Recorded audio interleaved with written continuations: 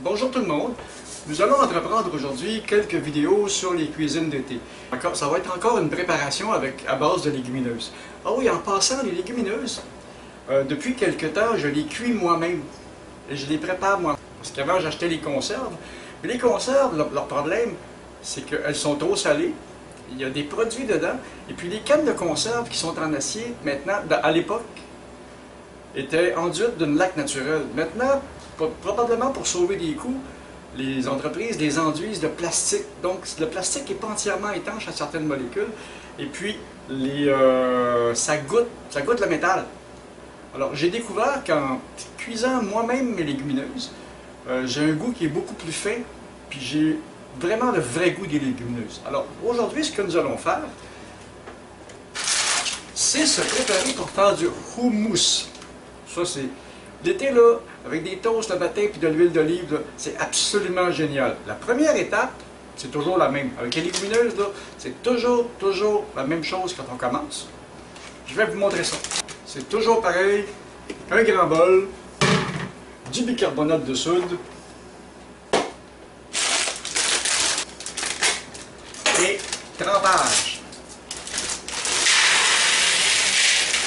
On peut en faire quand même une grande quantité parce que c'est le genre de choses qui se congèlent très bien puis qu'on sort à mesure qu'on a besoin. Je le fais avec... bougez pas.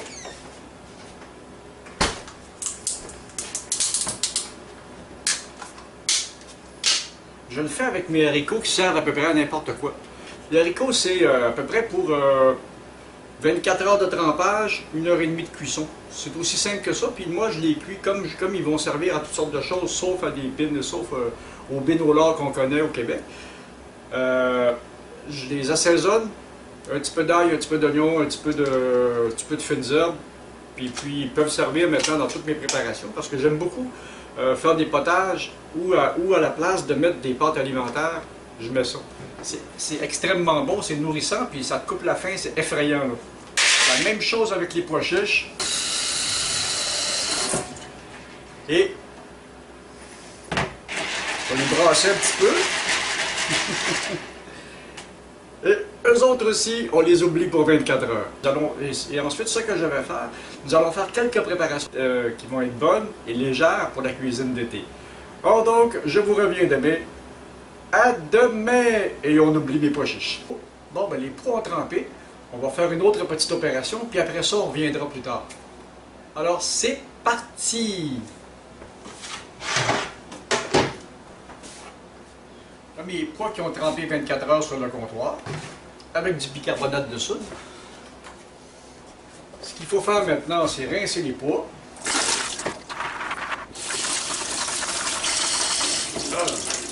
Ça sent les pois. J'ai vu plusieurs recettes sur Internet, j'ai vérifié. Et puis la plupart des recettes que j'ai vues, les gens se servent de pois en boîte.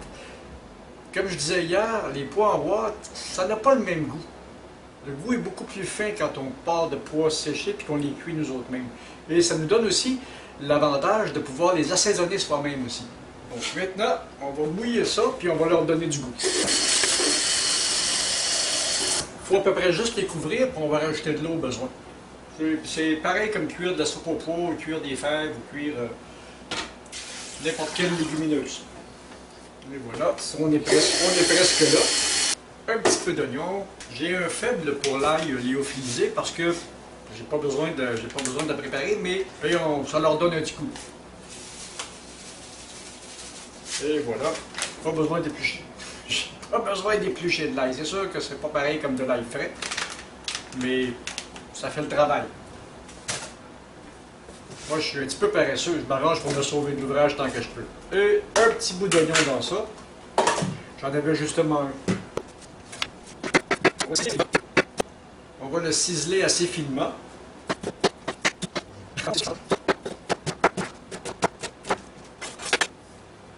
Du sel. Et du poivre.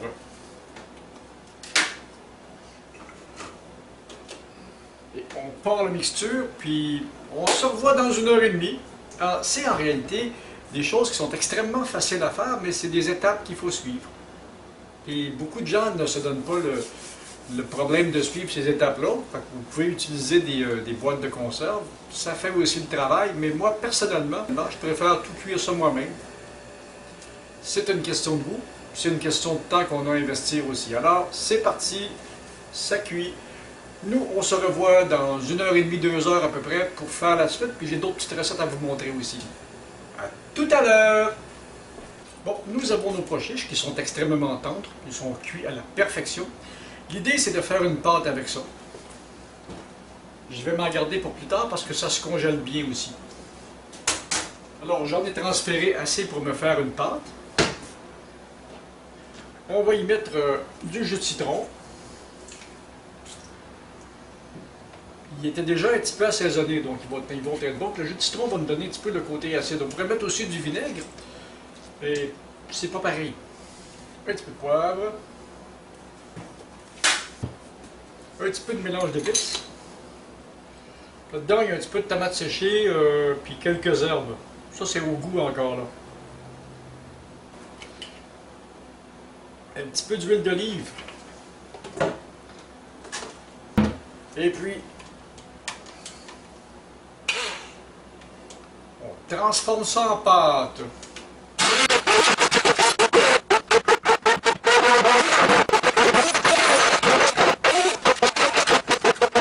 Après l'avoir transformé en pâte, très homogène et onctueux. Encore un petit peu de sel et ça va être impeccable. C'est pas plus difficile que ça. Et voilà, une belle pâte onctueuse qui peut servir de trempette avec n'importe quoi, qu'on peut servir avec du pain, avec du pita. Ça avec de l'huile d'olive le matin sur des pitas, c'est génial. Et on va y goûter.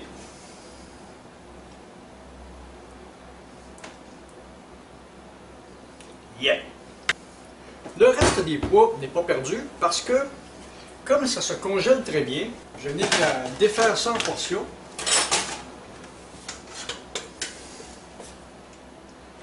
Laisser refroidir, puis envoyer au congélateur.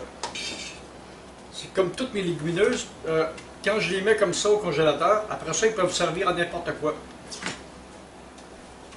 Dans les potages, dans les salades, en faisant du houmous avec. C'est génial.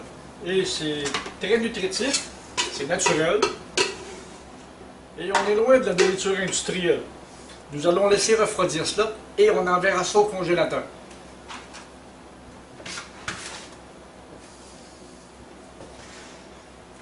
Maintenant, je ne voulais pas vous quitter sans faire une petite préparation amusante. Pour les salades d'été, il n'y a rien de tel qu'une belle vinaigrette et il n'y a rien de plus facile à faire qu'une vinaigrette. 3 parts d'huile. C'est 3 parts d'huile pour une part de vinaigre ou une part de jus de citron. C'est 3 pour 1. Puis après ça, ben, on l'assaisonne comme on veut. Et voilà, mon huile. Pour faire plus simple, on va aller au vinaigre blanc.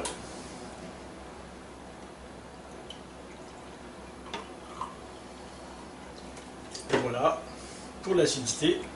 J'ai toujours fait un petit peu à l'œil parce que ça fait des années que je la fais. J'ai pas souvent manqué mon coup. Ça m'est arrivé, mais j'ai pas souvent manqué mon coup.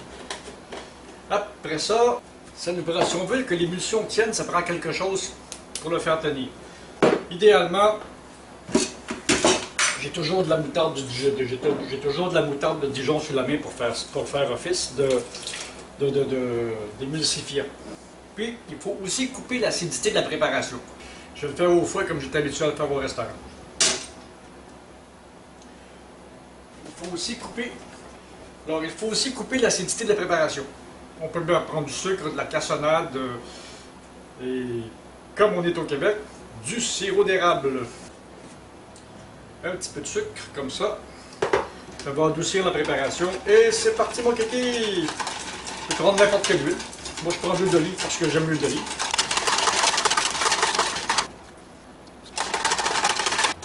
Et voilà, elle est parfaite.